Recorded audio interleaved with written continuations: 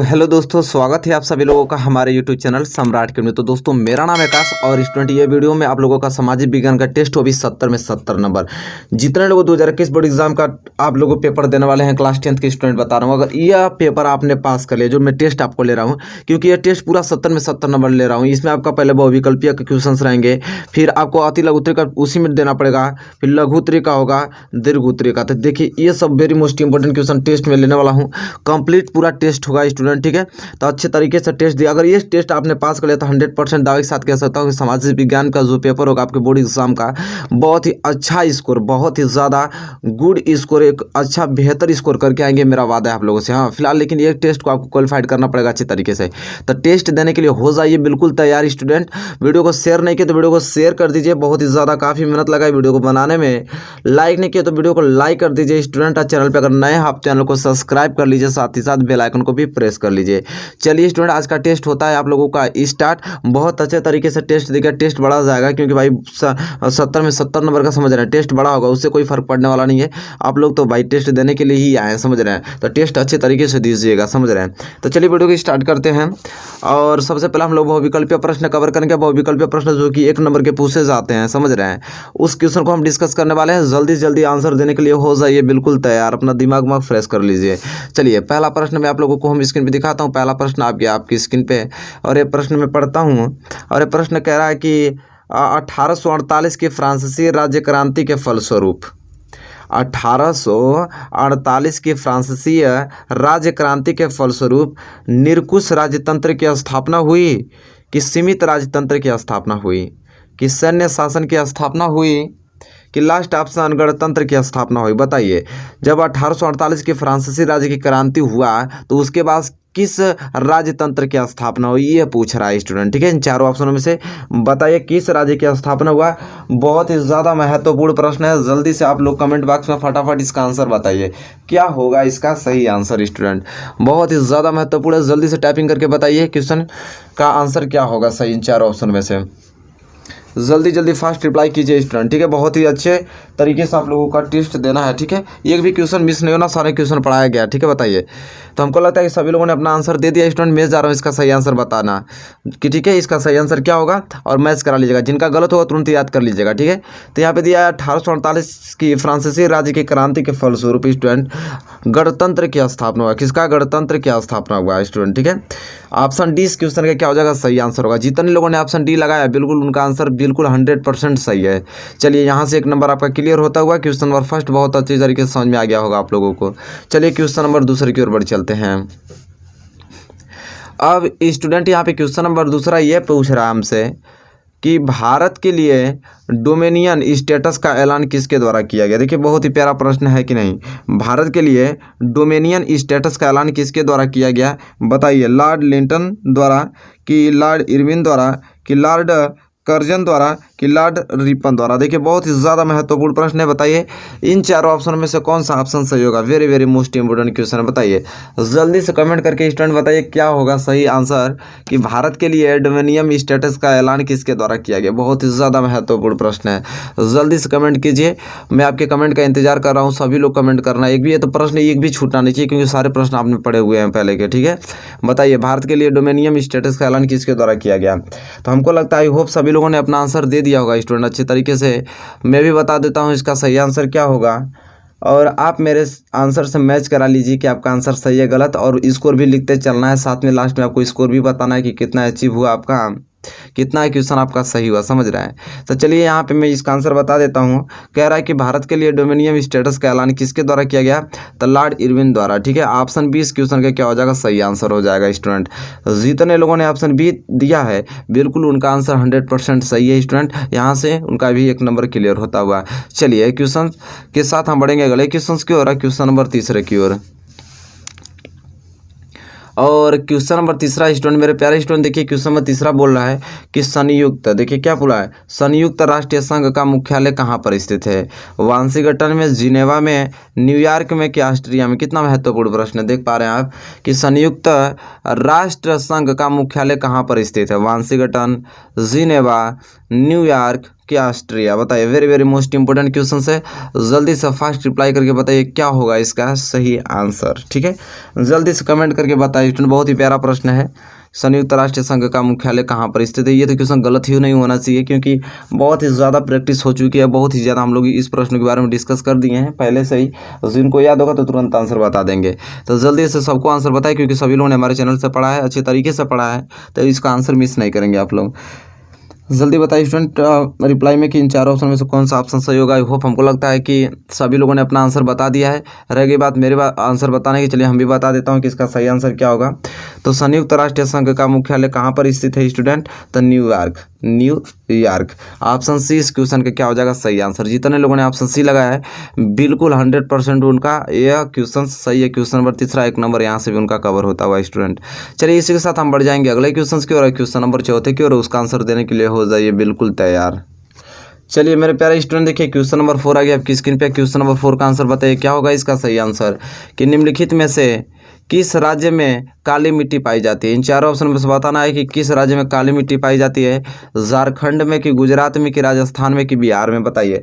बहुत ही ज़्यादा महत्वपूर्ण प्रश्न है, इसका आंसर सभी लोगों को बताना है, क्योंकि यह प्रश्न आपने बहुत अच्छे तरीके से पढ़े हैं। तो एक भी क्वेश्चन आपको मिस नहीं करना है, सारे क्वेश्चन को आपको अचीव करना है। ठीक है, अच्छे तरीके से बताइए निम्नलिखित में से किस राज्य में काली मिट्टी पाई जाती है। इन चारों ऑप्शनों में से आपको बताना है कि किस राज्य में काली मिट्टी पाई जाती है। जल्दी से कमेंट करके बताइए स्टूडेंट क्या होगा इसका सही आंसर। ठीक है, जल्दी फास्ट रिप्लाई कीजिए। निम्नलिखित में से किस राज्य में काली मिट्टी पाई जाती है? जल्दी बताइए। झारखंड, गुजरात, राजस्थान, बिहार। हमको लगता है कि स्टूडेंट सभी लोग जिनको क्वेश्चन का आंसर मालूम था सभी लोगों ने कमेंट कर दिया है। मैं भी इसका सही आंसर आप लोगों को बता देता हूं, ताकि आप मैच करा सकते हैं हमारे आंसर से। और एक क्वेश्चन पूछ रहा है यहाँ पे, एक निम्नलिखित में से किस राज्य में काली मिट्टी पाई जाती है? तो वो है गुजरात। गुजरात में काली मिट्टी पाई जाती है इन चार ऑप्शनों में से।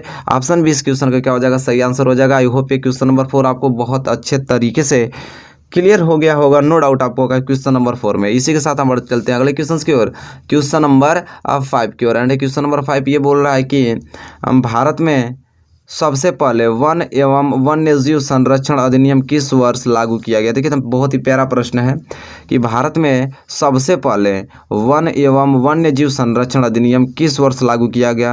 1970 के, 1972 के, 1983 के, 1990? जल्दी से कमेंट करके बताइए स्टूडेंट क्या होगा इसका सही आंसर। बताइए कि भारत में सबसे पहले वन एवं वन्यजीव संरक्षण अधिनियम किस वर्ष लागू किया गया? जल्दी से इस क्वेश्चन का कमेंट करके बताइए कि मतलब कौन सा ऑप्शन इसके लिए कंफर्टेबल है, मतलब कौन सा ऑप्शन सही है, बिल्कुल सही है। ठीक है, जल्दी से कमेंट करना चालू कर दीजिए स्टूडेंट। फास्ट रिप्लाई करके बताइए क्या होगा इसका सही आंसर। चलिए जल्दी बताइए। तो हमको लगता है कि सभी लोगों ने अपना आंसर सही बता दिया स्टूडेंट कि कौन सा ऑप्शन इसके लिए सही होगा। और चलिए हम भी बता देता हूं कि इसका सही आंसर क्या है। कि भारत में सबसे पहले वन एवं वन्यजीव संरक्षण अधिनियम किस वर्ष लागू किया गया? तो स्टूडेंट मैं बता दूं 1972।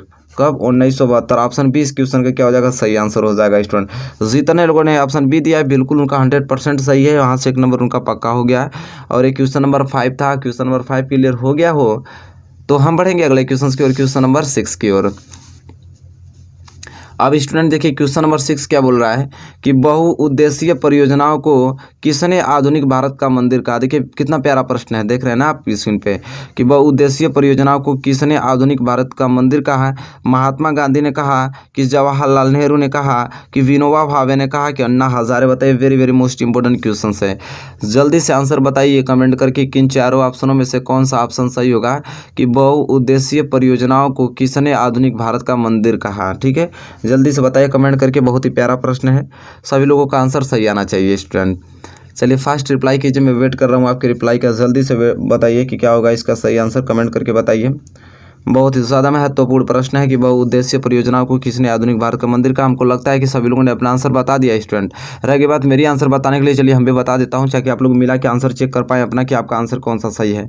तो लिखिए बहुउद्देशीय परियोजनाओं को किसने आधुनिक भारत का मंदिर कहा? तो कौन है? जवाहरलाल नेहरू ने। जवाहरलाल नेहरू ने कहा। ऑप्शन 20 क्वेश्चन का क्या हो जाएगा सही आंसर। जितने लोगों ने ऑप्शन बी दिया है बिल्कुल 100% उनका यह क्वेश्चन सही है। क्वेश्चन नंबर 6 यहाँ से 1 नंबर उनका पक्का होता हुआ स्टूडेंट। ठीक है, चलिए क्वेश्चन क्वेश्चन नंबर 6 यहाँ पे कवर कर लिया हमने ना। क्वेश्चन नंबर 7 की ओर बढ़ चलते हैं। और क्वेश्चन नंबर 7 जो है स्टूडेंट ये बोल रहा है यहाँ पे कि टिहरी बांध परियोजना किस राज्य में स्थित है। देखिए बहुत ही प्यारा प्रश्न है कि टिहरी बांध परियोजना किस राज्य में स्थित है। बताइए पंजाब में है कि गुजरात में है कि उत्तराखंड में कि मध्य प्रदेश में। बताइए टिहरी बांध परियोजना किस राज्य में स्थित है। स्टूडेंट बहुत ही प्यारा प्रश्न है, अब बहुत ही सरल भी प्रश्न है, पॉपुलर भी प्रश्न है, क्योंकि इसका आंसर आप लोग जानते होंगे, कम से कम बहुत बार हमने इस क्वेश्चन का सामना किया है। तो जल्दी से इसका आंसर बताइए हमारे प्यारे स्टूडेंट कि क्या होगा इसका सही आंसर कि टिहरी बांध परियोजना किस राज्य में स्थित है। जल्दी से कमेंट करना स्टार्ट कर दीजिए। आई होप आप लोगों ने कमेंट भी कर दिया होगा स्टूडेंट। जितने लोगों ने कमेंट कर दिया है बहुत ही अच्छा, जितने लोग नहीं किए हैं तो मैं बता देता हूँ वो याद कर लीजिए, और जो लोग कर दिए वो आंसर मिला लीजिए स्टूडेंट। कि टिहरी बांध परियोजना किस राज्य में स्थित है स्टूडेंट, तो उत्तराखंड में स्थित है। ऑप्शन सी इस क्वेश्चन का क्या हो जाएगा, सही आंसर हो जाएगा। स्टूडेंट जितने लोगों ने ऑप्शन सी दिया है बिल्कुल उनका आंसर सही है, नो डाउट 100% सही है, और 1 नंबर 100% बोर्ड एग्जाम में कवर कर लेंगे। चलिए क्वेश्चन नंबर 7 क्लियर हो गया ना। क्वेश्चन नंबर 8 की ओर बढ़ चलते हैं, उसका आंसर देने के लिए हो जाइए बिल्कुल तैयार। देखिए मेरे प्यारे स्टूडेंट क्वेश्चन नंबर 8 क्या बोल रहा है। क्वेश्चन नंबर 8 स्टूडेंट ये बोल रहा है कि हम भूदान आंदोलन किसके द्वारा आरंभ किया गया। बहुत ही ज़्यादा महत्वपूर्ण प्रश्न है स्टूडेंट, इसका आंसर आप लोग बताइए कि भूदान आंदोलन किसके द्वारा आरंभ किया गया। महात्मा गांधी द्वारा, जवाहरलाल नेहरू द्वारा, विनोबा भावे द्वारा कि इंदिरा गांधी द्वारा। बताइए बहुत ही ज़्यादा महत्वपूर्ण प्रश्न है, क्या होगा इसका सही आंसर कि भूदान आंदोलन किसके द्वारा आरंभ किया गया। जल्दी से कमेंट करके बताइए कि इन चारों ऑप्शन में से कौन सा ऑप्शन सही होगा क्वेश्चन नंबर 8 के लिए, क्योंकि बहुत ही ज़्यादा महत्वपूर्ण प्रश्न है क्वेश्चन नंबर 8। एक भी आंसर मिस नहीं करना, सारे क्वेश्चन आपने पढ़े हुए हैं, तो जाके 70 में 70 हम लोगों को कवर करना है स्टूडेंट, ठीक है। बहुत ही बेहतरीन नंबर 90% जो हम लोग को टारगेट है बिल्कुल अचीव करना। बताइए भूदान आंदोलन किसके द्वारा आरंभ किया गया, जल्दी से टाइपिंग करके बताइए। हमको लगता है स्टूडेंट सारे लोगों ने बता भी दिया है कि क्या होगा इसका सही आंसर, और मैं जा रहा हूँ इसका सही आंसर बताने के लिए। मैच करा लीजिए कि भूदान आंदोलन किसके द्वारा आरंभ किया गया स्टूडेंट, तो किसके द्वारा था, विनोबा भावे द्वारा। ऑप्शन सी इस क्वेश्चन का क्या हो जाएगा सही आंसर। जितने लोगों ने ऑप्शन सी दिया है बिल्कुल उनका 100% सही है, वो 1 नंबर बोर्ड एग्जाम में करके आएंगे, कोई रोकेगा नहीं उनको, ठीक है। चलिए क्वेश्चन नंबर 8 क्लियर हो गया स्टूडेंट। क्वेश्चन नंबर 9 की ओर बढ़ चलते हैं। क्वेश्चन नंबर 9 देखिए बहुत ही प्यारा प्रश्न है, और ये प्रश्न ये पूछ रहा है कि हम भारत में पवन ऊर्जा का विशाल केंद्र कहाँ स्थित है। बहुत ही प्यारा प्रश्न स्टूडेंट है, उत्तराखंड में कि तमिलनाडु में, हिमाचल प्रदेश में कि राजस्थान में। बताइए जल्दी से कमेंट करके बताइए कि जो भारत में पवन ऊर्जा का विशाल केंद्र कहाँ स्थित है। बहुत ही ज़्यादा महत्वपूर्ण प्रश्न है, सबको उत्तर इसका बताना है कि क्या होगा इन चारों ऑप्शन में से सही आंसर इसका कि भारत में पवन ऊर्जा का विशाल केंद्र कहाँ स्थित है। जल्दी से कमेंट कर दीजिए, मैं आपके कमेंट का इंतजार कर रहा हूँ कि आपको आप सही आंसर देंगे। बिल्कुल सही आंसर दे रहे हैं लोग, तो चलिए मैं इसका सही आंसर बता देता हूँ, क्योंकि आप लोगों ने सही आंसर तो बता ही दिया है, ठीक है। मैच करा लीजिए कि भारत में पवन ऊर्जा का जो विशाल केंद्र कहाँ स्थित है, तो तमिलनाडु में स्टूडेंट। जितने लोगों ने ऑप्शन बी दिया है तमिलनाडु, बिल्कुल उनका आंसर सही है, 100% सही हुआ, कहीं नहीं कहीं, और अपना 1 नंबर इकट्ठा कर लिए हैं बोर्ड एग्जाम के लिए, ठीक है। चलिए क्वेश्चन नंबर 9 यहाँ पे अच्छे तरीके से क्लियर होता हुआ क्वेश्चन नंबर 10 की ओर बढ़ चलते हैं स्टूडेंट। देखिए मेरे प्यारे स्टूडेंट क्वेश्चन नंबर 10 ये पूछ रहा है कि निम्नलिखित में से किस वस्तु का निर्यात भारत नहीं करता है, ठीक है। चाहे भारत नहीं है, मतलब भारत किस वस्तु का निर्यात नहीं करता है। कॉफ़ी का कि उर्वरक का, तंबाकू का, चाय का। ये तो आप लोग बहुत ही अच्छे तरीके से क्वेश्चंस पढ़े हुए हैं, इसका आंसर तो सभी लोगों को मुझे चाहिए, सभी लोग आंसर भी देंगे। इसका सही आंसर क्या होगा, निम्नलिखित में से किस वस्तु का निर्यातक भारत नहीं है। कॉफ़ी, उर्वरक, तंबाकू, चाय। बहुत ही वेरी मोस्ट इंपॉर्टेंट क्वेश्चन है, जल्दी से इसका आंसर बताइए कमेंट करके क्या होगा इसका सही आंसर स्टूडेंट। बहुत ही प्यारा प्रश्न है, जल्दी से फास्ट रिप्लाई कीजिए। तो हमको तो लगता है कि जितने लोगों को ये क्वेश्चन आ रहे थे वो सारे लोग ने इसका सही आंसर बता दिया है। चलिए मैं भी इसका सही आंसर आप लोगों को बता देता हूँ, क्या होगा इसका सही आंसर। तो निम्नलिखित में से किस वस्तु का निर्यातक भारत नहीं है, तो जो उर्वरक का नहीं है, ठीक है। ऑप्शन बी इस क्वेश्चन का क्या हो जाएगा सही आंसर हो जाएगा। I hope question number 10 clear हो गया होगा। तो जितने लोगों ने ऑप्शन बी लगाया है बिल्कुल 100% उनका आंसर सही है। तो यहाँ मैंने 10 मोस्ट इंपॉर्टेंट बहुविकल्पीय का टेस्ट ले लिया, आप लोगों ने बहुत अच्छी तरीके से परफॉर्मेंस किया। अब इसके बाद हम ले रहे हैं अभी जस्ट अति लघु उत्तरीय का। चलिए अब वहाँ पे आपको आंसर टाइप करना होगा अपने कमेंट में, ठीक है। अति लघु उत्तरीय महत्वपूर्ण प्रश्न लेने वाले हैं, जल्दी से उसका आंसर आप लोगों को बताइएगा, ठीक है। वो भी आप क्या टाइपिंग करेंगे जल्दी से फास्ट। तो चलिए उसको देख लेते हैं, जो कि 2 नंबर के पूछे जाते हैं वो प्रश्न। चलिए मेरे प्यारे विद्यार्थियों, अति लघुत्तम महत्वपूर्ण प्रश्न आ गया है जो कि 2 नंबर के बोर्ड एग्जाम में पूछे जाते हैं। और पहला प्रश्न आपकी स्क्रीन पे, इसका उत्तर जल्दी से लिख के बताइए कि क्या होगा। इसका उत्तर बहुत ही ज़्यादा महत्वपूर्ण प्रश्न है स्टूडेंट। कह रहा है कि गृह युद्ध से क्या तात्पर्य, बहुत ही प्यारा महत्वपूर्ण, जल्दी से कमेंट करके बताइए। स्टूडेंट यहाँ पे पूछ रहा है कि गृह युद्ध से क्या तात्पर्य, बताइए गृह युद्ध किसे कहते हैं, मतलब गृह युद्ध से क्या तात्पर्य है। ठीक है, आपने क्वेश्चन पढ़ा हुआ है, बहुत अच्छे तरीके से पढ़ा हुआ है, नो डाउट होगा आपको क्वेश्चन नंबर पहले में। जल्दी से आप कमेंट करके फटाफट बताइए कि गृह युद्ध से क्या तात्पर्य है। समय दे रहा हूँ आप लोगों को थोड़ा, 20 मिनट 25 मिनट का, अरे सॉरी 25 सेकंड का, 20-25 मिनट में तो ज़्यादा हो जाएगा। 20-25 सेकंड का दे रहा हूँ, जल्दी से कमेंट करना स्टार्ट कर दीजिए। गृह युद्ध से क्या तात्पर्य है स्टूडेंट, जल्दी से बताइए। हमको लगता है जितने लोगों को आ रहा था सभी लोगों ने टाइपिंग करना स्टार्ट कर दिया है। चलिए मैं भी इसका सही आंसर आप लोगों को बता देता हूँ किस प्रकार होगा। तो गृह युद्ध से क्या तात्पर्य है, तो हम लोग लिखेंगे यहाँ पे कि जिस देश में, देखिए आराम से लिखिए, नो डाउट, आप बहुत अच्छे से पढ़िए, अच्छे तरीके से टेस्ट दीजिए। जिस देश में सरकार विरोधी, देखिए जिस देश में सरकार विरोधी समूहों की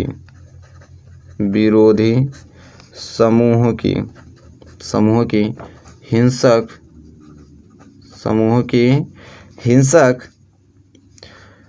लड़ाई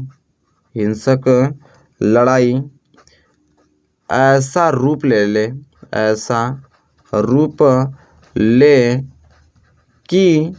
रूप ले कि वह युद्ध जैसा लगे, तो उसे क्या कहते हैं, उसे गृह युद्ध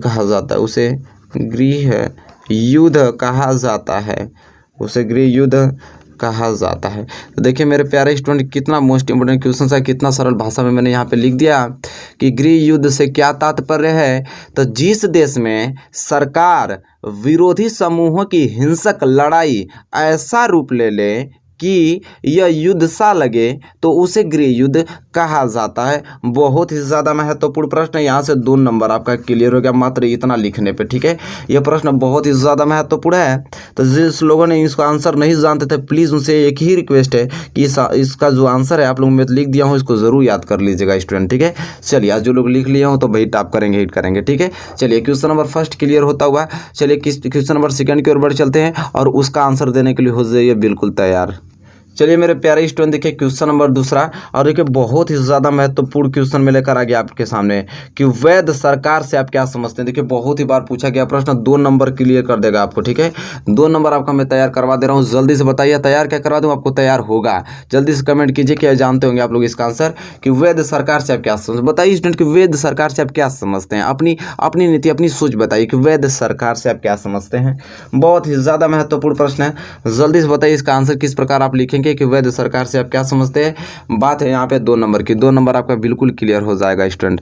चलिए लिखिए कि वैध सरकार से आप क्या समझते हैं, जल्दी से टाइपिंग करना चालू कर दीजिए। जो भी आपके दिमाग में चल रहा है, जो भी आपका थॉट लग रहा है कि हाँ वैध सरकार इसे कहा जा सकता है, आप अपने दिल से उसको लिख दीजिए स्टूडेंट कि वैध सरकार से आप क्या समझते हैं। ठीक है, चलिए तो हमको लगता है कि जल्दी जल्दी लिखना आप लोग स्टार्ट कर दिए हैं। वैध सरकार से आप क्या समझते हैं, चलिए मैं भी आपको बता देता हूँ यहाँ पे कि वैध सरकार से आप क्या समझते हैं। तो यहाँ पे हम लोग लिखेंगे कि वह सरकार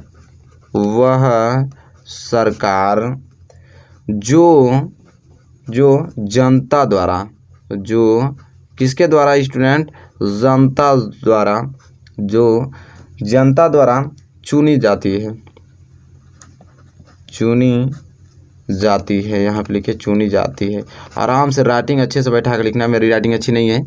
वह सरकार जो जनता द्वारा चुनी जाती है वैध सरकार कहलाती है, वैध सरकार कहलाती है। तो एकदम सिंपल भाषा में मैंने बता दिया आप लोगों को, वैध सरकार, सरकार में लिख रहा हूँ, सरकार कहलाती है।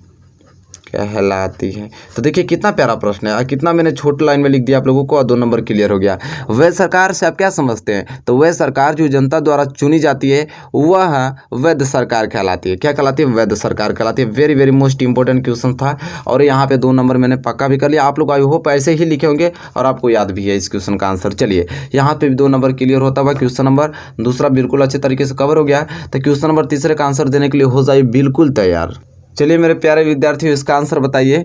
बहुत ही ज़्यादा महत्वपूर्ण प्रश्न है कि गठबंधन सरकार से क्या तात्पर्य। बहुत ही ज़्यादा महत्वपूर्ण प्रश्न है। इस प्रश्न का उत्तर तो आप लोग सभी लोग जानते हैं, क्योंकि गठबंधन सरकार तो आप लोगों की यहाँ पे भी अपने देश में भी ये बना हुआ है गठबंधन सरकार, ठीक है। तो इससे आप लोग बहुत ही ज़्यादा वाकिफ़ होंगे कि गठबंधन सरकार से आप क्या समझते हैं। बस अपनी भाषाओं में लिखिए स्टूडेंट, क्या होगा इसका उत्तर, जल्दी से बताइए फटाफट। 2 नंबर का सवाल है यहाँ पे, गठबंधन सरकार से क्या तात्पर्य है। जल्दी से कमेंट कीजिए और बताइए, यहाँ पे लिख डालिए कि गठबंधन सरकार से क्या आप समझते हैं, क्या इसका तात्पर्य है। तो जल्दी जल्दी कमेंट कीजिए, इसका सही उत्तर लिखिए आप लोग एक शेड्यूल से, ठीक है। जल्दी बताइए आप लोगों का, मैं इंतजार कर रहा हूँ कि गठबंधन सरकार से क्या तात्पर्य। देखिए यहाँ पे लोगों ने आंसर लिखना चालू कर दिया स्टूडेंट अच्छी तरीके से। चलिए मैं भी इसका सही आंसर बता देता हूँ आप लोगों को, किस प्रकार इसका उत्तर लिखा जाएगा। गठबंधन सरकार से क्या तात्पर्य है, तो हम लोग लिखेंगे यहाँ से कि एक से, क्या लिखेंगे स्टूडेंट, एक से ज़्यादा राजनीतिक, एक से ज़्यादा राजनीतिक, एक से ज़्यादा राजनीतिक पार्टियों, एक से ज़्यादा राजनीतिक पार्टियों द्वारा साथ मिलकर, क्या मिलकर स्टूडेंट, साथ मिलकर, एक से ज़्यादा राजनीतिक पार्टियों द्वारा साथ मिलकर बनाई गई सरकार, देखिए एक से ज़्यादा राजनीतिक पार्टियों द्वारा साथ मिलकर बनाई गई सरकार को गठबंधन सरकार कहते हैं। क्या कहते हैं, गठबंधन सरकार कहते हैं, गठबंधन सरकार कहते हैं। देखिए कितना मोस्ट इम्पोर्टेंट, हम लोगों को इतना अच्छे तरीके से याद हो गया है क्वेश्चन स्टूडेंट कि क्या बताया जाए। गठबंधन सरकार से क्या तात्पर्य है, तो हम लोग क्या लिखेंगे स्टूडेंट यहाँ पे, एक से ज़्यादा राजनीतिक पार्टियों द्वारा साथ मिलकर बनाई गई सरकार को गठबंधन सरकार कहते हैं। जिस लोगों ने इस प्रकार लिखा होगा 2 नंबर बिल्कुल उनका क्लियर हो गया स्टूडेंट, नो डाउट है इसमें, ठीक है। चलिए उम्मीद करता हूँ कि क्वेश्चन नंबर 3 अच्छे तरीके से आपने क्लियर कर लिया। तो हम बढ़ेंगे अगले क्वेश्चन की ओर, क्वेश्चन नंबर 4 की ओर। क्वेश्चन नंबर 4 का आंसर देने के लिए हो जाइए बिल्कुल तैयार, क्योंकि ये क्वेश्चन बहुत ही ज़्यादा महत्वपूर्ण होने वाला है। चलिए मेरे प्यारे विद्यार्थियों, देखिए क्वेश्चन नंबर 4 आपकी स्क्रीन पे आ गया। कितना महत्वपूर्ण प्रश्न है, जल्दी से इसका उत्तर बताइए क्या होगा, कैसे।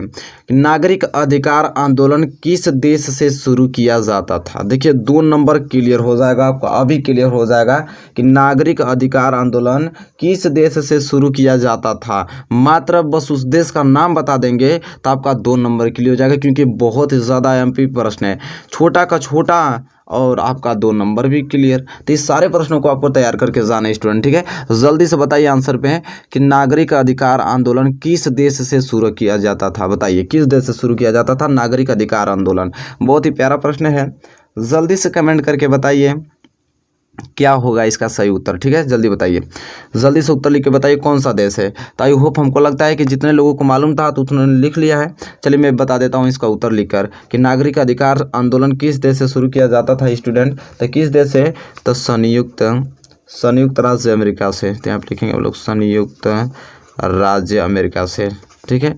देखिए बस नाम लिखने से आपका 2 नंबर क्लियर, बहुत ज़्यादा महत्वपूर्ण क्वेश्चन है, ठीक है। तो नागरिक अधिकार आंदोलन किस देश से शुरू किया जाता था, तो संयुक्त राज्य अमेरिका से, बिल्कुल नो डाउट होना चाहिए। यहाँ से आपका 2 नंबर क्लियर होता हुआ स्टूडेंट, बहुत ही प्यारा प्रश्न है। जो लोग ये लिखे हैं संयुक्त राज्य अमेरिका, बिल्कुल 2 नंबर उनका क्लियर, नो डाउट है। चलिए क्वेश्चन नंबर पर चलते हैं 5 की ओर। क्वेश्चन नंबर 5 देखिए पूछ रहे हैं यहाँ पे कि मार्टिन लूथर किंग की हत्या कब की गई। बस मात्र सन बता देंगे ना, 2 नंबर मिल जाएगा। देखिए ऐसे ही देखिए तैयारी इसी तरह कराई जाती है, ठीक है, बहुत अच्छे तरीके से। देखिए बूंद बूंद से तालाब भरता है स्टूडेंट, समझ रहे हैं। तो आपको 2 नंबर बहुत ही ज़्यादा महत्वपूर्ण है, उसको आपको जुटाना पड़ेगा। जुटाते जुटाते आप 70 नंबर क्लियर कर लेंगे। तो ये भी कहीं ना कहीं आपका क्वेश्चन मोस्ट है, जो कि 2 नंबर का है कि मार्टिन लूथर किंग की हत्या कब की गई। जल्दी बताइए कब की गई स्टूडेंट, डेट बताइए इसका। बहुत ही ज़्यादा महत्वपूर्ण प्रश्न है, सभी लोगों को इसका उत्तर देना है। जल्दी से उत्तर दीजिए क्या होगा इसका कि मार्टिन लूथर किंग की हत्या कब की गई। बहुत ही प्यारा प्रश्न है, जल्दी से आप लोग कमेंट करना चालू कर दीजिए स्टूडेंट, मार्टिन लूथर किंग की हत्या कब की गई।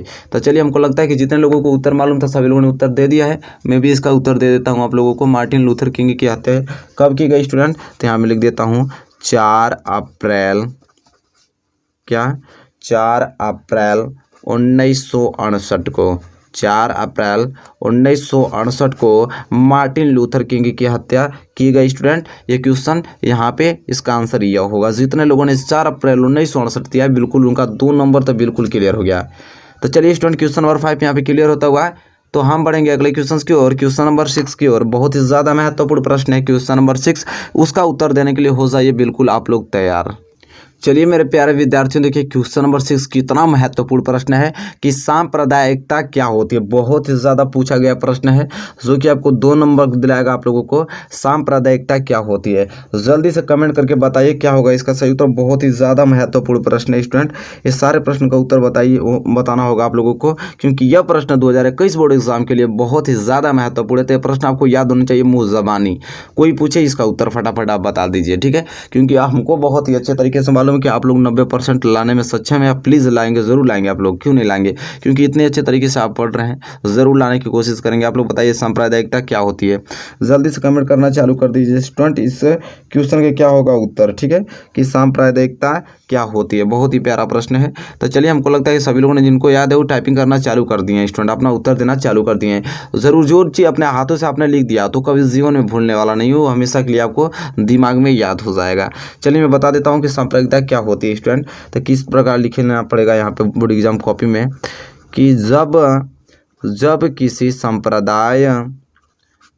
किसी यहाँ पे लिखा जाएगा, जब किसी संप्रदाय विशेष, क्या, संप्रदाय विशेष के लोग, ठीक है स्टूडेंट, जब किसी संप्रदाय विशेष के लोग अपने, क्या स्टूडेंट, अपने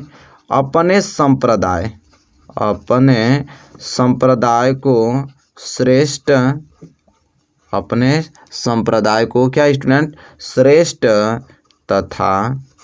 तथा दूसरे, क्या लिखा जाएगा स्टूडेंट, दूसरे संप्रदायों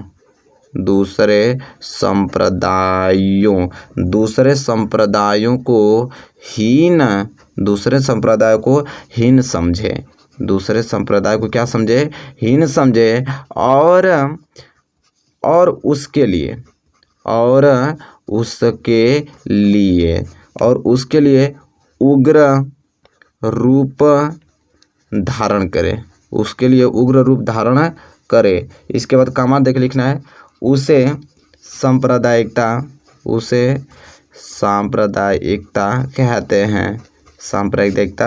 कहते हैं स्टूडेंट। इतना लाइन में आपको लिखना है, 4 लाइन में इसका आंसर स्टूडेंट, ठीक है। यहाँ पे जैसा देख पा रहे हैं सांप्रदायिकता क्या होती है, तो जब किसी संप्रदाय विशेष के लोग अपने संप्रदाय की श्रेष्ठ तथा दूसरे संप्रदायों को हीन समझे और उसके लिए उग्र रूप धारण करे, उसे सांप्रदायिकता कहते हैं। बहुत ही ज़्यादा महत्वपूर्ण प्रश्न है स्टूडेंट। आई होप ये क्वेश्चन क्लियर हो गया होगा। जो लोगों ने ऐसे लिखा होगा, अपने विचारधाराओं को व्यक्त किया होगा इस प्रकार, पक्का उनका 2 नंबर क्लियर हो जाएगा 2021 बोर्ड एग्जाम में, ठीक है। चलिए हमारे प्यारे स्टूडेंट, क्वेश्चन नंबर 6 क्लियर होता हुआ क्वेश्चन नंबर 7 की ओर बढ़ चलते हैं। उसका उत्तर दीजिए, बहुत ही ज़्यादा महत्वपूर्ण प्रश्न है।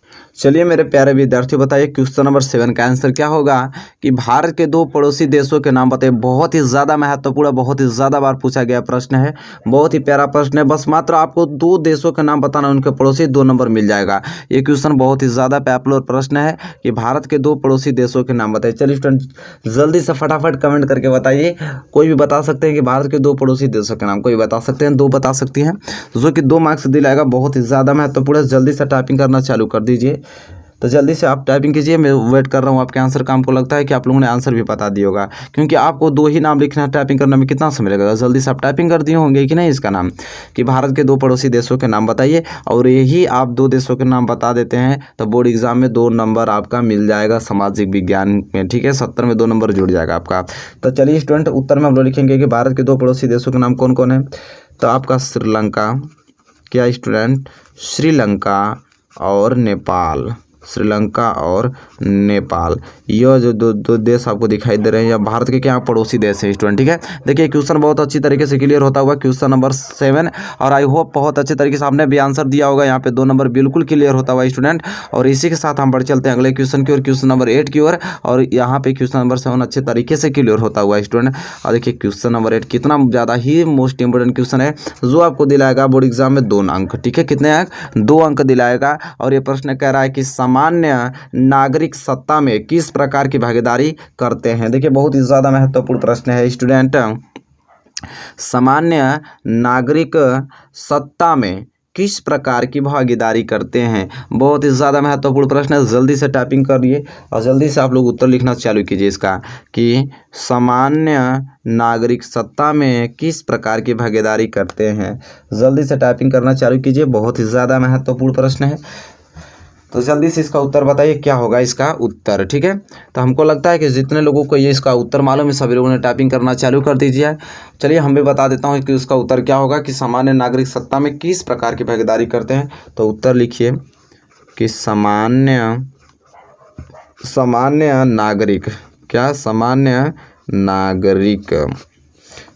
नागरिक विवेकपूर्ण, क्या स्टूडेंट? विवेकपूर्ण। तो आप लोग लिखिए सामान्य नागरिक विवेकपूर्ण निर्णय लेकर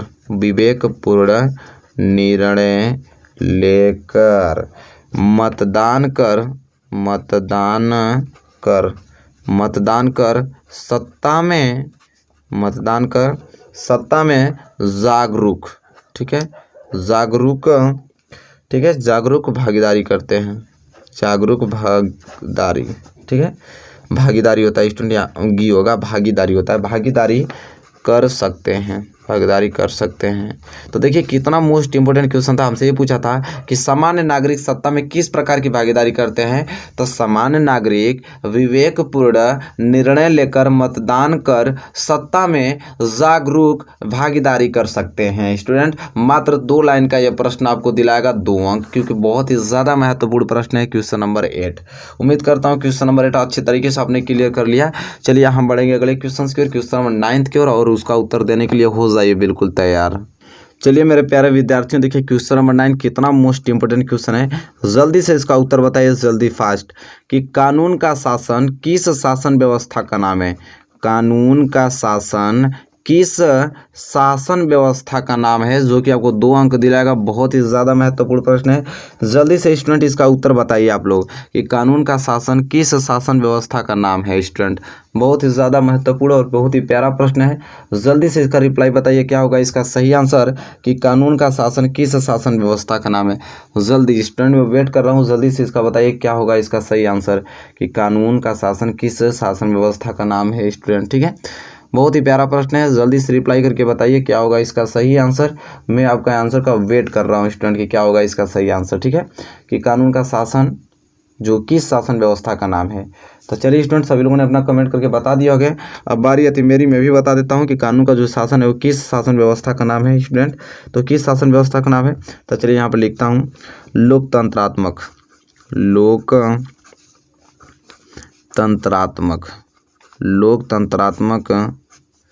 शासन व्यवस्था का, लोकतंत्रात्मक शासन व्यवस्था का। तो देखिए मात्र इतना वर्ड लिखने पे आपको, ठीक है, आपको 2 अंक मिलेंगे, क्योंकि मोस्ट इंपोर्टेंट क्वेश्चन है कि कानून का शासन किस शासन व्यवस्था का नाम है, तो लोकतंत्रात्मक शासन व्यवस्था का नाम है। स्टूडेंट देखिए कितना प्यारा प्रश्न जो कि आपको 2 मार्क्स दिला दिएगा। तो देखिए ऐसे ही प्रश्नों को, सारे प्रश्नों को आपको तैयार करके जाना है स्टूडेंट, ठीक है, क्योंकि बोर्ड एग्जाम में आए तो एक भी क्वेश्चन मिस नहीं होने चाहिए। चलिए हम बढ़ेंगे अगले क्वेश्चन की ओर, क्वेश्चन नंबर 10वें की ओर, उसका आंसर देने के लिए हो जाइए बिल्कुल तैयार। चलिए मेरे प्यारे स्टूडेंट बताइए क्वेश्चन नंबर 10वां का आंसर क्या होगा। क्या होगा इसका उत्तर, कि एक अच्छे लोकतंत्र को किस प्रकार परिभाषित किया जा सकता है। बहुत ही ज़्यादा महत्वपूर्ण प्रश्न है स्टूडेंट, जल्दी से रिप्लाई करके बताइए क्या होगा इसका सही उत्तर। ठीक है, किस ढंग से इसको लिखेंगे कि एक अच्छे लोकतंत्र को किस प्रकार परिभाषित किया जा सकता है। बहुत ही ज़्यादा चुनिंदा और बहुत ही ज़्यादा मोस्ट इंपोर्टेंट क्वेश्चन है। जल्दी से टाइपिंग करके बताइए कि इसका उत्तर किस प्रकार आप लिखेंगे। एनसीईआरटी का प्रश्न है, किसका, एनसीईआरटी का प्रश्न है। जल्दी से बताइए स्टूडेंट, बहुत ही प्यारा प्रश्न है। जल्दी टाइपिंग कीजिए, मैं वेट कर रहा हूँ आपके आंसर का स्टूडेंट, ठीक है। तो हमको लगता है कि जितने लोगों को याद है वो जल्दी जल्दी टाइपिंग करना क्या किए हैं, चालू कर दिए हैं स्टूडेंट। ठीक है, चलिए साथ ही साथ हम भी डिस्कस कर लेते हैं कि एक अच्छे लोकतंत्र को किस प्रकार परिभाषित किया जा सकता है। तो चलिए मैं भी लिखता हूँ। तो लिखिए यहाँ पे, जनता शासक को, जनता शासक को यहाँ पे लिखिए बहुत अच्छे तरीके से है, जनता शासक को चुने, जनता शासक को क्या करें, चुने, और शासक जनता की भावनाओं और आकांक्षाओं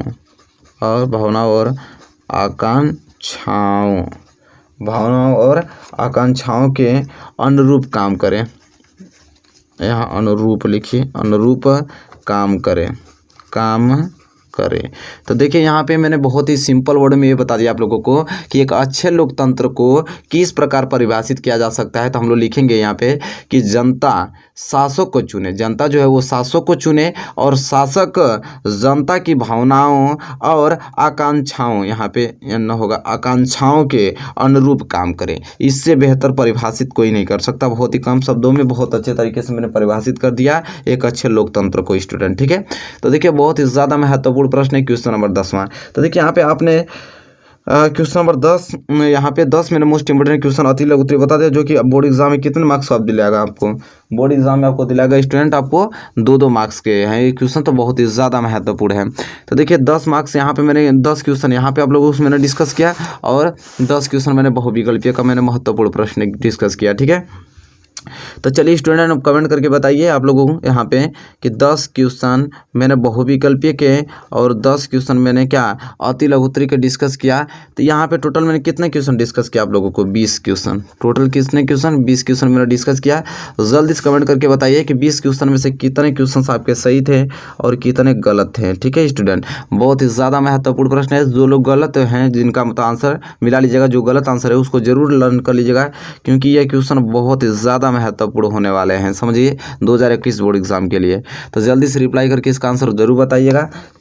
वीडियो आपको कैसी लगी ये भी बताइए। वीडियो आपको अच्छी लगी तो प्लीज़ इसे लाइक कीजिए, और चैनल पर नहीं तो प्लीज़ चैनल को भी सब्सक्राइब कर लीजिए, और शेयर करना मत भूलिए। शेयर करने से ये होगा कि आपके फ्रेंड को भी मालूम चलेगा टेस्ट देने के बाद, हाँ मेरी चीज़ें कब तक कितनी तैयार अब तक है। ठीक है, समय तो है नहीं आपके पास, मात्र 1 ही महीने है। तो अच्छे से तैयारी कीजिए और माँ बाप का नाम रोशन कीजिए 90% लाकर, और मेरा भी नाम रोशन कीजिए। ठीक है, और अच्छे से तैयारी कीजिए, अब घबराइए नहीं। ठीक है, टेस्ट आपको रेगुलर देना है स्टूडेंट। तो चलिए मिलेंगे आपसे नेक्स्ट वीडियो में, तब तक के लिए धन्यवाद।